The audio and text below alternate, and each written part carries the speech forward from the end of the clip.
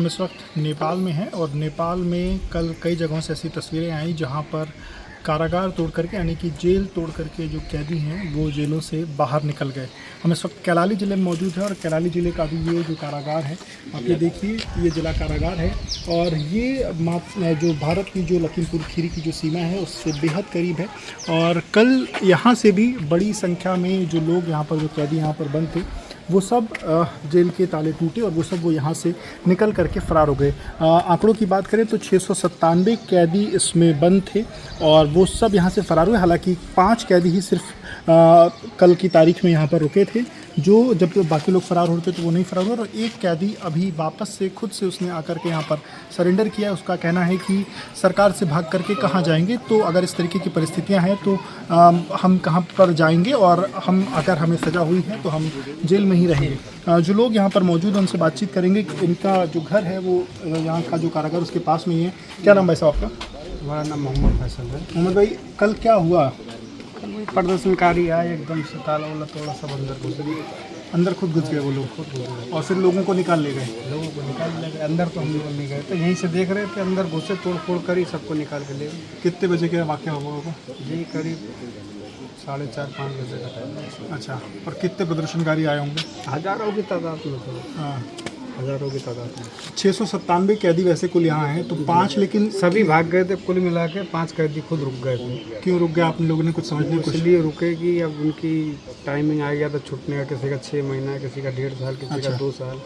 तो सोच रहे हैं भाग के कहाँ जाएंगे। आखिरकार एक दिन सरकार फिर से आएगी, दूसरी आएगी, कोई सी भी आएगी, लेकिन फिर कार्रवाई होगी।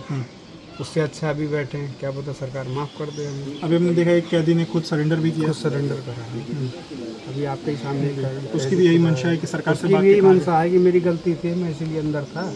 अब क्या पता सरकार मुझे माफ़ कर दे या कुछ भी करे। फिलहाल भाग के जाऊँगा कहाँ? बिल्कुल, तो सरकार से भाग के कहाँ जाऊँगा। हालांकि कल प्रदर्शनकारी जब पहुँचे, हज़ारों की संख्या में वो पहुँचे और उन्होंने जेल के ताले तोड़े और यहाँ से अंदर जो लोग कैदी बंद थे उनको यहाँ से निकाले। पर फिलहाल 6 कैदी अंदर हैं। 697 कुल कैदी थे, यानी कि अभी की अगर हिसाब से बताएं तो 691 कैदी अभी भी यहाँ से फ़रार हैं। हम इस वक्त नेपाल के धनगढ़ी में हैं और ये एमआलए का दफ्तर है। एमआलए के दफ्तर में कल जो तमाम जनजातीय युवा थे वो यहाँ पर पहुँचे और तोड़फोड़ तो की। क्या उस वक्त की तस्वीरें थी? जो लोग उस वक्त दफ्तर में मौजूद हैं उनसे बातचीत करेंगे। आपका शुभ नाम है? मेरा नाम राजेश ठाकुर है। आप इसी ऑफिस में काम करते हैं? मैं ऑफिस काम नहीं करता हूँ, मेरी दुकान है। अच्छा, क्या दुकान? दुकान है और पीछे मेरी दुकान की। अच्छा, किस चीज़ की दुकान थी आपकी? ये त्रिस संबंधी। अच्छा ये शिक्षा का खाना था मेरा। अच्छा अच्छा अच्छा। ये बताइए कल कितने बजे यहाँ पर प्रदर्शनकारी पहुँचे? लगभग आपका 1:30 बजे से 1:30 बजे के आसपास। और क्या मतलब कितने की संख्या में लोग रहे होंगे? लगभग 300 300 से 400। क्या मांग थी, क्या कह रहे थे? उनकी डिमांड ये थी कि हमारे नेपाल में 3 दल सबसे बड़ी पार्टी है। उसमें भी क्या है, कभी एमआलए आती है, कभी कांग्रेस आती है, कभी माओवादी आती है। वो सभी 1 साल 2 साल चलाते हैं, फिर दूसरी पार्टी चलाती है, फिर दूसरी पार्टी चलाती है। और भ्रष्टाचार दिन प्रतिदिन बढ़ते जा रहा है। और इनके अब लड़के बचे रहे थे, इनकी प्रॉपर्टी भ्रष्टाचार कर रहे थे। लड़के को विदेश भेजना, ये करना, प्रॉपर्टी वो करना, ठीक है। बाकी आम जनता इन लोग से शोषित थी। इसी कारण से ये चीज़, ये सत्ता परिवर्तन करने के लिए आप यंग लड़के लोग ने ये करा है। अच्छा, ये जो सब कुछ हुआ इससे नेपाल की संपत्तियों को तो क्षति पहुँची है? ये तो अवश्य पहुँची है, और ये हमें घाटा है फिलहाल। क्योंकि जो सरकारी संपत्तियां हैं वो तो हमारे आपके टैक्स के पैसे से होती हैं। तो कहीं ये जो नेपाल, इससे आपको लगता है कि कुछ नेपाल पीछे जाएगा? क्योंकि युवा अपने हक की लड़ाई लड़ रहे थे, उसमें सरकारी संपत्तियों के नुकसान से कहीं ना कहीं नेपाल पीछे हुआ, ये आप मानते हैं? मुझे इस मानता हूँ। मुझे लगता है कि शायद 15 से 20 साल पीछे हम लोग चले जाए हैं। और जहाँ तक मुझे लगता है इस आंदोलन में जो युवा लड़के लोग थे उसके भीतर एक षड्यंत्र भी था। क्यों आदमी को मारना, गुंडागर्दी करना, आदमी का घर लूटना, पैसे लूटना, बैंक में जाके घुस जाना, ये जो गलत है ना, ये हम लोग नहीं करते हैं। हम देश प्रेमी हैं, हम देश प्रेमी हैं तो हम अपने देश को बचाएंगे ना पहले। ये तो नहीं करेंगे, गलत काम तो नहीं करेंगे कि बैंक में जाना, लूटना, किसी को दुकान लूट लेनी, ये तो गलत चीज़ है। क्योंकि आप तो अपने हक की लड़ाई लड़ रहे थे, आपको रोज़गार चाहिए, आपको अच्छी शिक्षा चाहिए, पर अगर सरकारी संपत्तियों पर अगर नुकसान होगा तो ये तो नेपाल का कहीं ना कहीं वो होगा। अर्थतंत्र कमजोर होगा। अच्छा, ये मैं तस्वीर देख रहा हूँ, ये काला इस पर डाला गया है, ये काली खोजी गई है हिमालय के एमएलए तरफ से मतलब हाँ एमएलए के दफ्तर पर हाँ जी। जब ये हुआ तो एमएलए के दफ्तर में कोई नेता या कुछ लोग कोई नहीं था, यहाँ पे पुलिस खड़ी थी, पूरी प्रशासन ने सरेंडर कर दिया, मतलब पुलिस वाले- सरेंडर कर दिया। हाँ। साइड लग गए तो बीच में आए, हाँ। मट्टी लेके आए थे, ऊपर गए तो ऊपर जलगनी से फेंका, बाद में यहाँ आग लगाई। हाँ और मैं यहाँ पर चल पेन देख रहा था, हाँ। मेरी छोटी दुकान थी, हाँ। मैंने उसको भी बचाना चाहा हाँ। और शायद मैं भी वहाँ से बच के ही निकल के बाहर आ गया। बिल्कुल। तो देखिए ये साथी हैं और एमएलए दफ्तर में इनकी जो इनकी एक छोटी सी शॉप है और इनका कहना है कि देखिए जो सब कुछ हुआ, युवा अपने हक की लड़ाई तो लड़ रहे हैं, पर जो सब कुछ हुआ उससे कहीं ना कहीं नेपाल ज़रूर पीछे गया है, क्योंकि सरकारी संपत्तियों का जो नुकसान है वो हमारे आपके टैक्स के पैसे से सरकारी संपत्तियां बनती हैं। हालांकि युवाओं की मांग बेहद वाजिब है, क्योंकि उनको रोज़गार चाहिए, उनको शिक्षा चाहिए, और वो उनको फ़िलहाल ये लग रहा था कि इस सत्ता से उनको ये तमाम चीज़ें नहीं मिल रही थी। नेपाल के जनजी युवा सगल सिंह जी हमारे साथ हैं। सगल भाई, ये बताइए नेपाल की राजनीति कहाँ घूम रही थी और उस राजनीति से कहाँ आप लोग को आक्रोश था? किसके पीछे ये राजनीति घूम रही थी? नेपाल में 3 लोग थे, केपी शर्मा ओली, शेर बहादुर देउवा और प्रचंड। ये 3 लोग मिलजुल के इधर दिखाते थे, बाहर दिखाते थे हम दुश्मन है, लेकिन अंदर अंदर वो मिलजुल के एक हटा तो दूसरा बैठ जाता, दूसरा हट जाता तो तीसरा बैठ जाता। ऐसे माहौल पे वो 3 लोग ही राज कर रहे थे। लेकिन हमको तो अच्छी लीडरशिप चाहिए, वो भी अच्छी लीडरशिप करते थे तो हम प्रदर्शन नहीं करते। जनजी युवा को विजन यही था, करप्शन एकदम कम होना चाहिए। अच्छा, हमने कुछ दिनों पहले देखा नेपो किड्स करके जो सोशल मीडिया पर तमाम चीज़ें हुई, तमाम राजनेताओं के बच्चे थे वो विदेशों में घूम रहे हैं, पढ़ाई मौज कर रहे हैं, उधर मौज कर रहे हैं, लेकिन जनता का बच्चा बच्ची देखो, जनता का बच्चा बच्ची वो काम कर रहे हैं, 24 घंटा काम कर रहे हैं। ये इसके लिए उनको उन लोगों को प्रधानमंत्री नहीं बनाया था ना, उनको विजन देखना चाहिए था। वो जनता का युवा बच्चा बच्ची क्या कर रहे हैं वो सोचना चाहिए था, इसलिए ये प्रदर्शन हुआ था। अच्छा, ये बताइए जो ये प्रदर्शन हुआ, क्योंकि इससे सरकारी संपत्तियों की तो बहुत क्षति हुई और सरकारी संपत्तियां हमारे आपके टैक्स के पैसे से बनती हैं। नेपाल को नुकसान हुआ, आप मानते हैं? नुकसान तो हुआ, नुकसान हुआ। ये रिकवर करने के लिए कम से कम 5-10 साल लग जाएंगे। ये सिर्फ रिकवर कम से कम करोड़ों से तो ऊपर हो चुका था, इसलिए तो वो ज़रूरी था। बिल्कुल। तो देखिए जो चीज़ों का मतलब ये संपत्तियों का जो नुकसान है उससे नेपाल तो पीछे गया ही है, पर ये ज़रूरी था क्योंकि देश की राजनीति 3 नेताओं के पीछे घूम रही थी और अब नए नेता की उनको ज़रूरत है जो युवाओं को समझ सके। हम इस वक्त नेपाल के धनगढ़ी के एमएलए का जो दफ्तर है वहाँ पर मौजूद है और इस दफ्तर की जो तस्वीर है वो देखिए तो पूरी की पूरी जो तस्वीर है यहाँ पर आजनी जो है कल हुई है, पर युवाओं में जो रोष था उन्होंने अपना जो एक तरीके से कहा जा सकता है कि जो एक लंबे समय से जो उनकी सरकार से मांग थी, उन मांगों के खिलाफ जब चीज़ें नहीं हुई, उन मांगों के साथ साथ जब चीज़ें नहीं हुई मांगों के हिसाब से, उसके बाद जनजी सड़कों पर उतरे और ये तस्वीरें देखने को मिली। एक युवा साथी हमारे साथ हैं, क्या नाम भाई आपका? मेरा नाम सगल सिंह। कहाँ के रहने वाले हो आप? हम इधर धनगढ़ी में। कल क्या हुआ धनगढ़ी में? धनगढ़ी में सब आक्रोशित हुए थे, सब युवा, क्योंकि हमको वो पार्टी के लिए कोई लेना देना नहीं, लेकिन करप्शन एकदम ऊपर चरम सीमा पर रह गया था, इसलिए ये एक आवश्यक भी था, इसलिए मतलब युवा जो हुआ वो जरूरी था, देश के युवाओं के भविष्य के लिए जरूरी था। अब ये लगता है कि क्योंकि जो आपकी बड़ी मांग थी प्रधानमंत्री का जो इस्तीफा वो हो गया, अभी आप लोग क्या नया नेतृत्व क्या देख रहे हैं आप लोग और कैसा आप चाहते हैं कि नेपाल किसके हाथ में जाए जिससे नेपाल मजबूत हो? नेपाल एक बहुत बढ़िया लीडरशिप चाहिए, नेपाल को एक बढ़िया लीडरशिप चाहिए, इसलिए सभी लोगों का मांग तो एक ही है, बालेन शाह बोल रहे सभी, एक न्यू जनरेशन को न्यू सोच। आपने बालेन शाह को सुना, उनके भाषणों को सुना, उनके वक्तव्य को सुना? वहाँ के विजन बहुत साफ है आगे तक। मतलब बालेन शाह को आप सुनते हैं तो आपको लगता है कि नेपाल अगर उनके हाथों में जाएगा तो नेपाल बहुत आगे बढ़ पाएगा, युवाओं को रोजगार मिलेगा। अच्छा, अभी क्या स्थिति थी रोजगार की? युवाओं को किस तरीके की दिक्कतों का सामना नेपाल में करना पड़ रहा है? नेपाल में तो कहाँ जो रोजगार को कोई काम ही नहीं, नेपाल में कोई भी काम नहीं। आप विदेश जाए, यो युवा आप हमको देख लो, हम सब, हमारे जनरेशन को सब विदेश जा रहे हैं। आप क्या काम करते हो? मैं तो स्टूडेंट हूँ। अच्छा, आप स्टूडेंट? हाँ, अब मेरा दोस्त लोग सभी विदेश जा रहे हैं। क्यों? नेपाल में कुछ नहीं हो सकता क्या? हाँ, नेपाल में काम चाहिए, काम चाहिए, अच्छा स्टडी चाहिए। स्टडी भी नेपाल में अच्छा स्टडी होगा तो उसके बाद पढ़ने के लिए इस यहाँ के युवाओं को बाहर नहीं जाना चाहिए। अच्छा, ये जो एमाले का दफ्तर है, यहाँ पर भी आगजनी हुई, यहाँ के भी इस पार्टी के जो तमाम नेता, आपको लगता है कि वो मतलब वो नेताओं के अंदर खोट था और उस कारण खोट था, 100% खोट था, 100% खोट था। क्या करते थे नेता यहाँ के? करप्ट कर रहे थे, करप्ट। क्योंकि हर जगह जाइए आप, नेपाल के किसी भी काम, किसी सरकारी काम करने के लिए भी वहाँ करप्ट होता था, इसलिए करप्शन बहुत ज़्यादा, बहुत हर जगह ज़्यादा, पैसा चलता हर जगह। आप लाइन में नहीं खड़े तो पैसे फेंक दो, पैसा फेंक दो, वो काम हो जाएगा।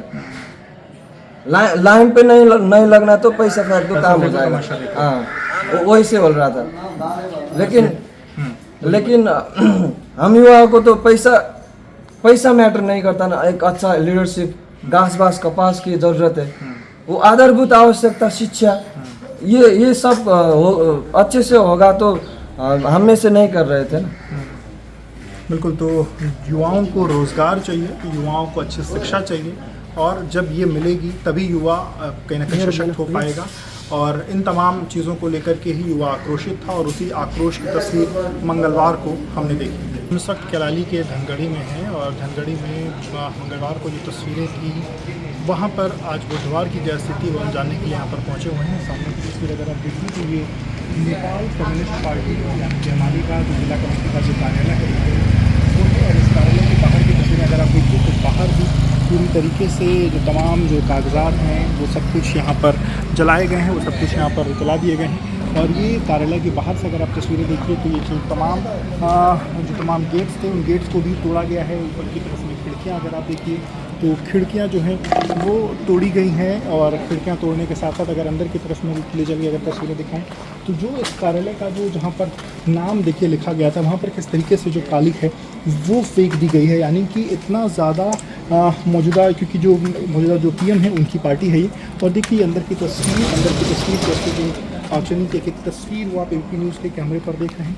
और ये देखिए पूरा का पूरा कार्यालय आगजनी की भेंट कैसे चढ़ा था वो आप देखिए। तो ये सैकड़ों की संख्या में जो तमाम कुर्सियां हैं वो यहाँ पर जली हुई दिखाई दे रही हैं, जो गाड़ियाँ हैं वो जली हुई दिखाई दे रही हैं, कार्यालयों के जो तस्वीरें हैं वो यहाँ पर दिखाई दे रही हैं, और पूरा का पूरा जो कार्यालय है वो पूरी तरीके से आग के हवाले छोड़ दिया गया था। और अभी भी जो धुआं है, जो धुआं है धुएँ की, वो यहाँ से निकलती हुई दिखाई दे रही है, क्योंकि लोगों का जो गुस्सा है, जनजीत का जो गुस्सा है वो सरकार के खिलाफ था, राजनीतिक दलों के खिलाफ था। जिस तरीके से पिछले कुछ समय के नेपाल में भ्रष्टाचार फैला है उसके खिलाफ इनका गुस्सा था, और उन गुस्से की भेंट में तमाम जो सरकारी दफ्तर हैं वो तो जले, जो राजनीतिक दलों के जो दफ्तर हैं वो भी जले। और ये भी एक दफ्तर की तस्वीर हमने आपको दिखाई, जो के.पी. शर्मा ओली की जो पार्टी है उनकी पार्टी का यहाँ का जो जिला का कार्यालय था उसकी ये तस्वीर है।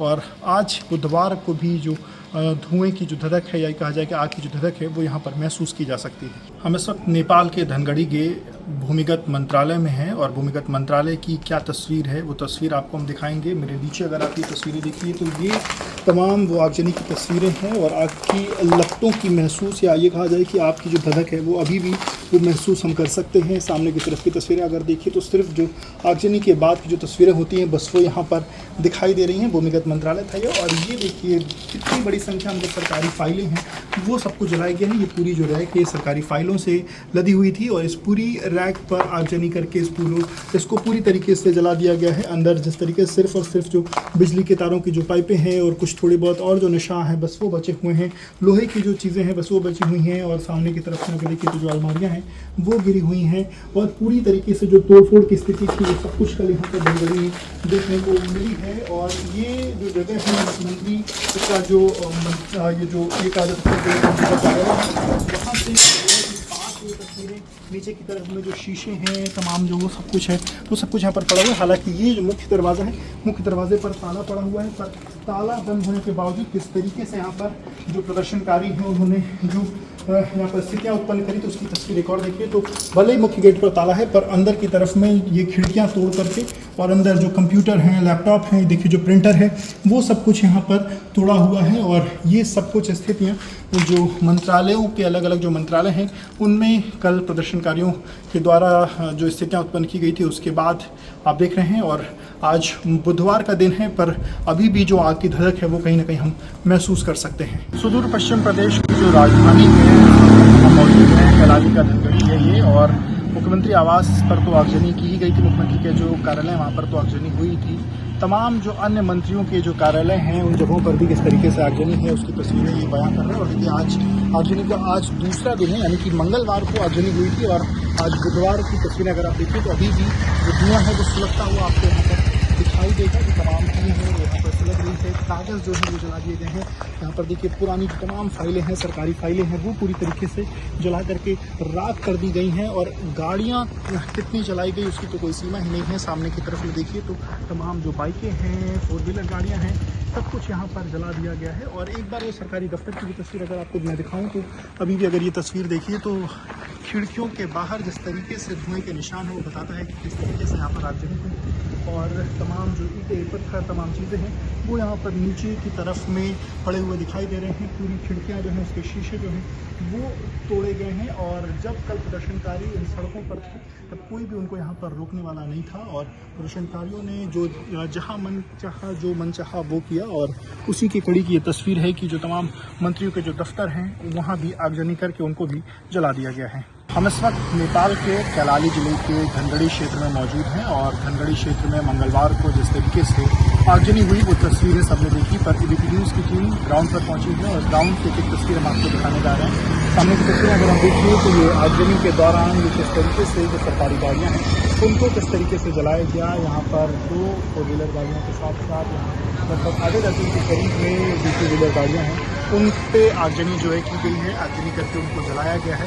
साथ ही साथ ये सामने की तस्वीर देखिए सरकारी दफ्तर है और सरकारी दफ्तर में किस तरीके से तोड़फोड़ हुई, आगजनी हुई। और आगजनी के बाद की तस्वीरें अपने आप में चीज़ें बयां कर रही हैं। यहाँ से थोड़ी दूर पर मुख्यमंत्री कार्यालय है, वहाँ पर भी तोड़फोड़ और आगजनी जिसकी तस्वीर है वो देखने को मिली थी। और इसके साथ साथ अगर यहाँ पर दाहिने की तस्वीर अगर आपको दिखाऊँ तो ये जो तमाम जो यहाँ की मार्केट है वो मार्केट आज पूरी तरीके से सूनी पड़ी हुई है। और जिस तरीके से जनजी का जो प्रदर्शन था वो जनजी के प्रदर्शन के बाद सोमवार को प्रदर्शन की शुरुआत हुई और मंगलवार को जो तस्वीरें थी वो सबने देखी। इस तरीके से सड़कों पर अराजकता हुई, प्रदर्शन हुआ और बड़ी संख्या में जो लोग हैं उन्होंने सड़कों पर उतर करके अपनी मांगों को पूरा करने के साथ साथ जिस तरीके से नेपाल में जो आर्थिक तौर पर तमाम अनियमितताएं हो रही हैं या फिर ये कहा जाए कि जो तमाम छात्रों से जो उनका हक छीना जा रहा है उन तमाम हकों को लेने के लिए छात्र सड़कों पर उतरे थे। और नेपाल की जो तस्वीरें हैं वो आपको एबीपी न्यूज़ पर ऐसे ही और अलग अलग तस्वीरें आप देखते रहेंगे। नेपाल के धनगढ़ी में कल जिस तरीके से आगजनी हुई उस आगजनी में मुख्यमंत्री कार्यालय भी शामिल था। और सामने की तस्वीर अगर आप देखिए तो लिखा हुआ है office of the chief minister and council of ministers सुदूर पश्चिम प्रोविंस धनगढ़ी। और धनगढ़ी में आगजनी की तस्वीरें ये गेट से ही आप देखिए, गेट पर यहाँ पर जो व्हीकल्स थे उनको जलाए गए थे, फिलहाल व्हीकल्स यहाँ से हटा लिए गए हैं, टायर जलाए गए हैं, उसकी तस्वीरें यहाँ पर दिखाई दे रही हैं। अंदर किस तरीके से तोड़फोड़ हुई वो तोड़फोड़ की तस्वीरें आप देखिए। और अंदर जो आर्मी के लोग हैं, आर्मी के लोग सुरक्षा करते हुए दिखाई दे रहे हैं। पर अगर गेट के अंदर की तस्वीरें अगर मैं आपको दिखाऊँ तो अंदर देखिए तो जो ये कहा जा सकता है कि जो चेयर्स हैं उनको बाहर निकाल करके उनके साथ तोड़फोड़ की गई, खिड़कियाँ तोड़ी फोड़ी गई।